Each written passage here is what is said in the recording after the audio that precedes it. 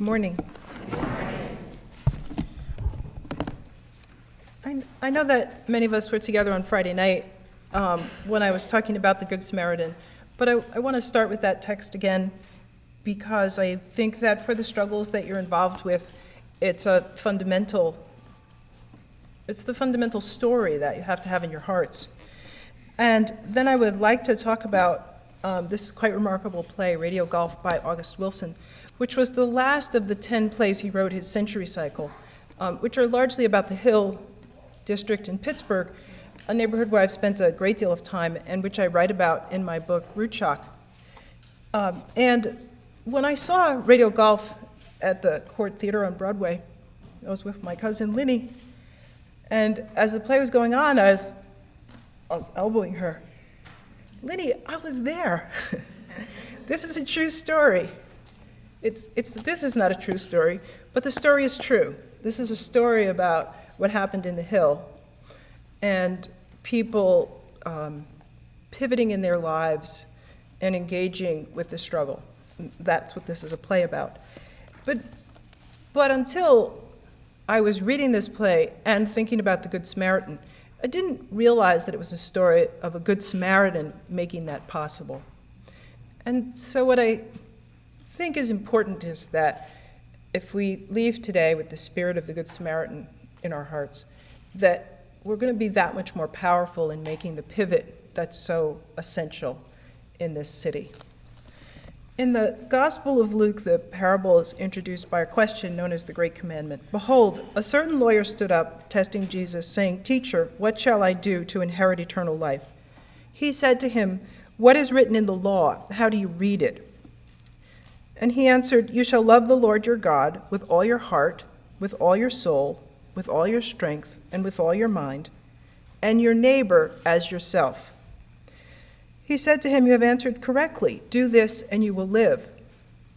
But he, desiring to justify himself, asked Jesus, "Who is my neighbor?" Jesus replies with a story. A certain man was going down from Jerusalem to Jericho, and he fell among robbers, who both stripped him and beat him, and departed, leaving him half dead. By chance, a certain priest was going down that way. When he saw him, he passed by on the other side. In the same way, a Levite also, when he came to the place and saw him, passed by on the other side. But a certain Samaritan, as he traveled, came where he was. When he saw him, he was moved with compassion, came to him, and bound up his wounds, pouring on oil and wine. He set him on his own animal and brought him to an inn and took care of him. On the next day when he departed, he took out 2 denarii and gave them to the host and said to him, "Take care of him. Whatever you spend beyond that, I will repay you when I return." Now which of these 3 do you think seemed to be a neighbor to him who fell among the robbers? He said, "He who showed mercy on him." Then Jesus said to him, "Go and do likewise."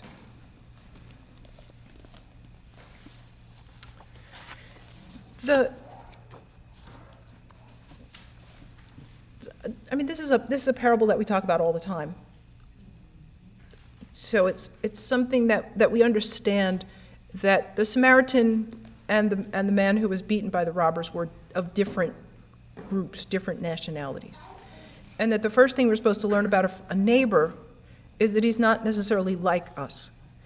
And the second thing is that when we're neighboring, we're being called to save the vulnerable, and that we are expected to do this at whatever cost to ourselves.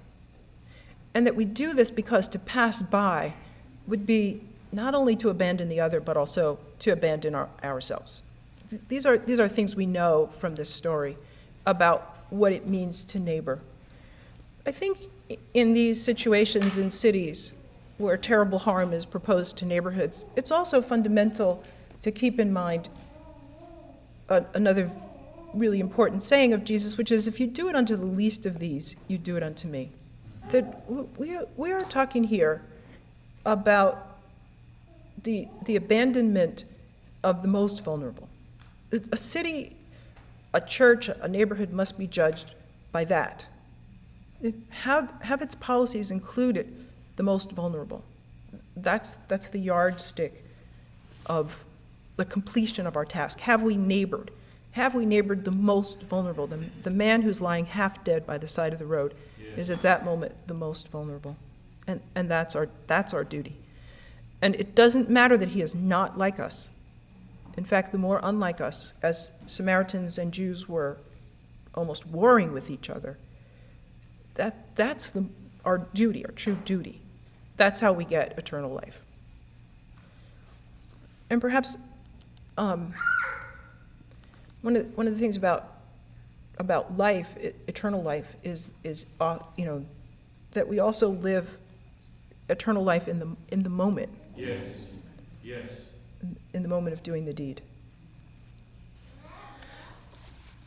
So this play is not typically read as the Good Samaritan.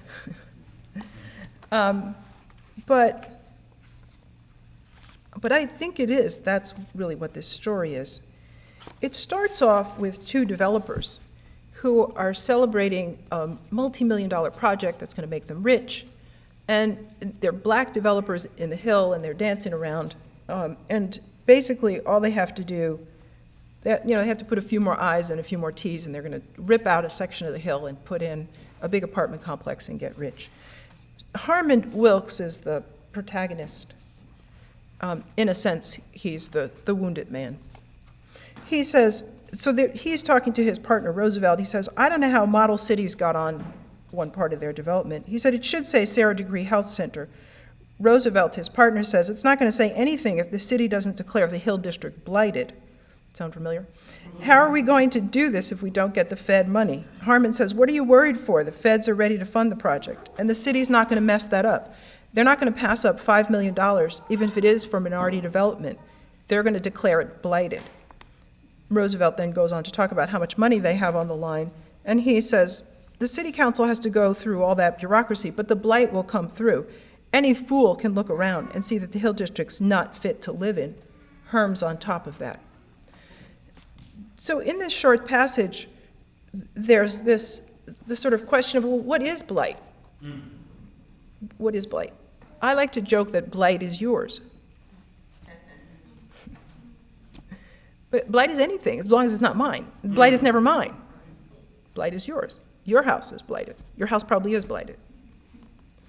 The fact that you paint it, keep it in good repair, cut the grass, is blighted because I want it. That's what blight is. And what's been perfected over 50 years since the Urban Renewal Act, I guess it's 60 years, is this ability of developers and the city, both the bureaucrats and the politicians, all the powers that be, the agencies and the politicians, to work together in a perfectly smooth system to get blight declared. Now, that's not to say that if you drove around the hill, you might not say, oh, this looks pretty blighted, the hill looks pretty beat up. But the point is that they can actually declare anything blighted. The statutes are so vague, and it's so much really, when he says Herm's on it, Harmon says Herm's on it, that's his inside person at City Hall. That's the collusion among the developers and the agencies. And it turns out that there's huge corruption in this scheme, which is about to be revealed. And the corruption has to do with with one house which belongs to Aunt Esther. And critics who have commented on this point out that Aunt Esther is the ancestor. So this is the ancestor's house.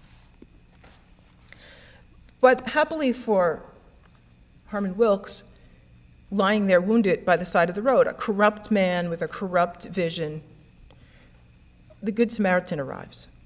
So the door opens and into the office of this development group, and Elder Joe Barlow, known as Old Joe, walks in and says to Harmon, you know where I can find any Christian people? And Harmon says, find who? And Old Joe says, Christian people. I'm looking for some Christian people. And Harmon says, they all over. Look around, everybody you bump into is probably Christian. And Old Joe says, I can't find any. They told me to go to the mission. I went out there and the missionaries were drilling holes in cups. If you broke one of their rules, they'd drill a hole in your cup so the coffee would run out the bottom. They had a couple of men standing around trying to plug up that hole with their finger. I say I'm in the wrong place. You don't mind if I sit down, do you? Harmon says, no, go ahead, what can I do for you? And old Joe says, sitting, my dog died. And Harmon says, I'm sorry to hear that. And old Joe says, cost me $300 to bury her, $300 for a dog. Used to be you could bury anybody for $300. Don't care if he was the doctor or the president. $300 would put anybody in the ground. They told me to call the dog pound, say they would take her away for free. I figure she doesn't serve two masters, she deserved a decent funeral. Harmon says you did the right thing. A dog is honest company. A dog doesn't pass judgment. A dog will stick with you no matter who you are, as long as you feed it. Old Joe says, that was 8 years ago. April 4, 1989. I ain't forgot about her. Harmon, realizing this is not an emergency, says, I got a lot of work to do here. I got a stack of bids to go through. And so the conversation starts. Old Joe looking for a Christian. It turns out that old Joe is the owner of 1839 Bedford Avenue, which is the house that's in dispute, but it's been taken for taxes. And then it was corruptly given to Harmon, but he doesn't really have title to it, which didn't bother Harmon until he met old Joe. And old Joe just began to talk to him and tell him about his dog and going to war and just to be in his life. Old Joe stops by the side of the road and starts to talk to this wounded man who doesn't even know he's wounded. Wow.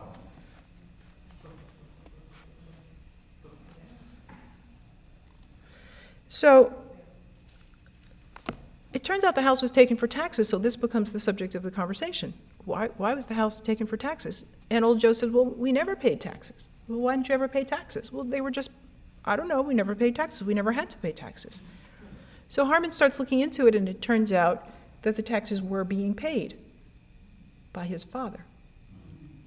And his father was continuing something that his grandfather had started. And so Harmon says, Mr. Barlow, I looked into why my father was paying taxes on the house. He was doing what my grandfather started. I can't figure out why. Have you ever heard of Caesar Wilkes? Old Joe said, I never heard that name. Harmon said, did anybody in your family ever mention anybody with the name Wilkes? And old Joe said, no. Nobody talked about the Wilkes. I never heard anybody say that name in my family. Harmon said, not many speak well of my family. He was a hard businessman. And they go on and talk about who the dad was. And old Joe said, maybe they used to own the house. And Harmon says, no. We never owned 1839 Wiley. I think I said Bedford before, 1839 Wiley Avenue. Old Joe, I remember about the time Black Mary was born, there was a lot of talk about the house. And Harmon says, Black Mary? Old Joe, that's my daughter. I named her after my mother. Lots of people do that. Old folks used to do that all the time. Harmon said, I thought your mother's name was Esther Tyler. And Joe says, it was, but that wasn't her birth name. She didn't tell nobody what that was. Now she's dead. I guess it don't matter. When you're dead, you're done. Her birth name was Black Mary. Harmon says, my grandfather had a sister named Black Mary. I thought she died before I was born. And it turns out that they are cousins. And that the crime he's about to commit is a crime against his own family. But it's only because the Good Samaritan stopped by the wounded man that he's offered a chance to live again. There is no situation in which the coming together of truth is not understood, clearly understood by the powers that be as an attack on its monopoly on the next thing. And therefore the truth is always assaulted by one way or another. And one of the great ways to assault the truth is to divide the people who are sharing the truth with each other. And this we know as divide and conquer. And so, of course, divide and conquer is part of this story. Roosevelt, who wants to protect his partnership and the millions of dollars that they're about to own, says, let me tell you about that old crazy man. Here's your Mr. Barlow. I had Sergeant Griffin fax me this. Fraud, hijacking, grand theft, assault, loitering, drunkenness, disturbing the peace, vagrancy. He has a record that goes all the way back to 1937. And he goes on and on about the crimes old Joe has committed. Harmon said, all that doesn't matter. That doesn't mean anything. I don't care if he is a criminal. We can't tear down his house. I've got a plan for Bedford Hills that will still work. We need to start working together on this. We can get everyone back on board. I'll call Whole Foods tomorrow. And Roosevelt says, Harmon, you're not listening to me. I called up and had the demolition of 1839 Wiley rescheduled for Thursday, so everything can go according to the original plan. Harmon says, "How can you do that? You're the one not listening. We're not going to tear down a house we don't own." Roosevelt said, "You don't own it. You're getting this confused with Wilkes Realty. This is Bedford Hills Redevelopment. That's who owns 1839 Wiley. And I called up and got the demolition rescheduled. You're not the only one calling the shots." Oh, so this moment of crisis in the play, what is he to do? Basically, he has two choices. He can turn his back on the truth, on all of his money, on his wife, on his political career, on all of those things that he held dear at the beginning of the play, and go along with the game. There's a moment when that's when that's offered to him. That's what's being offered to him. This is an old criminal. You don't have to pay attention to this old criminal. We're going to make a lot of money. You can be mayor. Turn your back. But he says, Bedford Hills acquired 1839 Wiley illegally. It bought it from me, but I didn't own it. I bought the house before it went to auction. That's against the law. That's corruption. I'm going down to the courthouse and file an injunction to stop the demolition. Harmon, his wife says, if you do that, you're throwing everything away, all our hard work, your career, your reputation. And Harmon says, you've got to have the rule of law. Otherwise, it would be chaos. Nobody wants to live in chaos. And so that's what he chooses. He doesn't win. At the end of the play, the house is about to be demolished. When in a scene just before the end, another character, Sterling, has taken some paint and painted war paint on his face and gone to paint 1839 Wiley Avenue in protest. And everybody's going to have a painting party at the time that the demolition is scheduled. And Harmon, facing the wreckage of what he thought he held dear, but really having found himself and having found the truth. In the Broadway production that I saw, painted some war paint on, picked up a paint can, and went off to the painting party.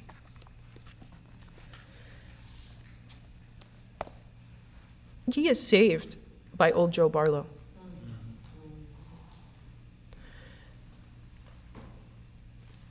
We live in a corrupt society, and it corrupts us. We live constantly in a state of semi-corruption, if not total corruption. And, somebody trying to pull us back, somebody trying to tell us a story about their dog that died 8 years ago. And for the most part, I don't have time to listen to your dog who died 8 years ago. This is not even something that's happening now, and I'm busy. What am I busy doing? I'm busy being corrupt. So this moment when we have a chance to pivot, we have a chance to go closer to the truth, can pass us by because it seems irrelevant, it seems too slow, it seems too old, it seems too silly. It's not glittery, it's not what our ego is longing for, it's not wealth, it's not fame, it's not power. It's a stupid old story about a dog that died 8 years ago. And in that way, when we think about the Good Samaritan, this act of mercy that can save us, this hidden indifference, right? The guy who's lying by the side of the road is somebody the Samaritan is not supposed to identify with. He's the dog that died 8 years ago. We're actually, the truth, the thing that's calling to us, the thing that's hard to do, is something that if we don't take a second look, we're going to push it away. I'm busy. I got things to do. I got a pile of bids to read, right? Harmon's busy. He's not going to talk about a dog that died 8 years ago. It's almost that in that illusion is everything. And so the real question that we're asked, how do we get eternal life? I think the question in the parable, the question in our lives, the question in this, certainly the question in this play, is how do we hear? How do we pause? How do we listen? How do we let the truth in? In that moment when it's cloaked in illusion, it's cloaked in something we read as meaningless, as different, as far away. If we can, in that moment, take a deep breath and be present for the moment and see what's in front of us, see old Joe, understand that he's our relative, that he's our cousin, that we share an ancestor. If we can get that, then we have eternal life. But trick is that we don't pause, we don't see, we don't get it, we miss it, we just keep going. And we're wrapped in, we buy the illusion that we've done the right thing. There's a dog that died 8 years ago. We go home and say, this guy came into my office and he wanted to tell me about a dog that died 8 years ago. And we feel so righteous that we cut that off because it was wasting our time. And little do we realize that that was the moment in which we were offered eternal life. It's like that old joke about a monastery where there were a bunch of monks and they were always fighting with each other. And the abbot got an idea one day and he said to them, I just got a note from Jesus, or from whatever, the Pope. I got a note from the Pope that Jesus has come again and he's here. He's one of you. And they said, which one? He says, but that's the thing, the Pope didn't tell me.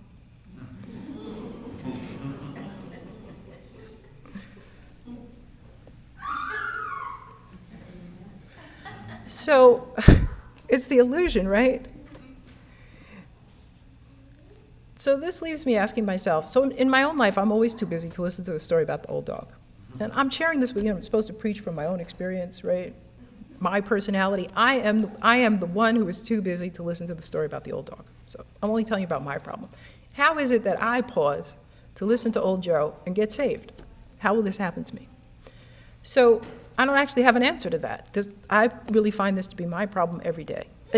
Wanting to be rich and famous and acknowledged and celebrated as, I live for that, I chase it. You don't get to be a professor at Columbia University if you're not chasing that on some level. So I'm guilty of everything Harmon Wilkes is guilty of. I didn't actually falsely buy, but there's all kinds of corruption in my life, because there's corruption in all of our lives. And so how do I slow myself down? How do I humble myself? How do I learn to listen? These are questions that I ask myself every day. And so my own practice is to say to myself at the end of the day, did I actually do that a little bit? Now, the reason this is so important is that there's a lot of corruption all around us. That's part of this fight to save the neighborhoods from the technology park. There's a lot of corruption. I don't know Little Rock enough to know where it is, but every other city that's ever looked at how politicians and developers work together has found all kinds of, it's an entirely knit system that's meant to be opaque, that's meant to exclude us, and that's meant to facilitate the rapid conclusion of their knocking down the ancestor's house and putting up the multi-million-dollar building that will make them rich. They've been oiling this system for many decades. And it's meant to go so fast that we don't see the truth, we don't hear the truth. And it's wrapped in illusion. But it's not just that's what they're gonna do. If I may use the term to them. Then the question is, what are we gonna do? We do the same thing. We move too fast, we don't listen, we don't judge, we don't put out our hands. We don't hear old Joe. In a big coalition, there are plenty of crazy, strange, weird people who want to tell you about their old dog. Plenty of strange, weird people. So the duty of doing this in the way that Jesus said, do that and you will get eternal life. That's what we're each trying to do in these moments. How do we be present? How do we show up? How do we pause? How do we listen? And so I think there's no simple answer. I think it's just that. I think it's that the Good Samaritan stopped. Old Joe stopped by. I think if we can imagine that, just the pause. In 12-Step Fellowship, they give the instruction that in moments of unease, we can pause and ask for quiet and say, the serenity prayer, in this particular form, God grant me the serenity to accept the things I cannot change, the courage to change the things I can, the wisdom to know the difference. Thy will, not mine, be done. When people say the Serenity Prayer, they don't usually then add, thy will, not mine, be done. But in moments of unease, the instruction is to say it that way. And I think that in moments, that's a good way to track it. The Good Samaritan saw somebody, he must have had some unease because this was a person unlike him. And it's such an important part of the parable that I think if we read that as unease. Old Joe had some unease about Harmon Wilkes, but he came and sat and told him a story about his old dog. We all have moments of unease. If in those moments we can ask to know God's will and to do God's will, that eternal life will open up for us. And whatever happens with this particular fight, because we don't know what will happen, we know that we will have done the best we can, that we will have built the most friendships, that we will have nurtured the most loving relationships, that we will have enlarged our hearts, that we will have made the city a better place because it will be kinder, it will be more loving, there will be more acceptance, there will be more knowledge. A city is not built by one fight. It's not built in one day. It's not decided in one building. A city is something that endures. It goes on for many, many generations. And our job is not to win every battle, but our job is to build the just and beautiful city that we will pass on to our grandchildren and our great-grandchildren and for many generations. And so in my own practice, I try when I have a moment of unease to pause and ask for quiet and to seek to know God's will for me. And so I pass that on as perhaps the way in which we come to be the Good Samaritan and to follow this commandment, go and do likewise. Thank you.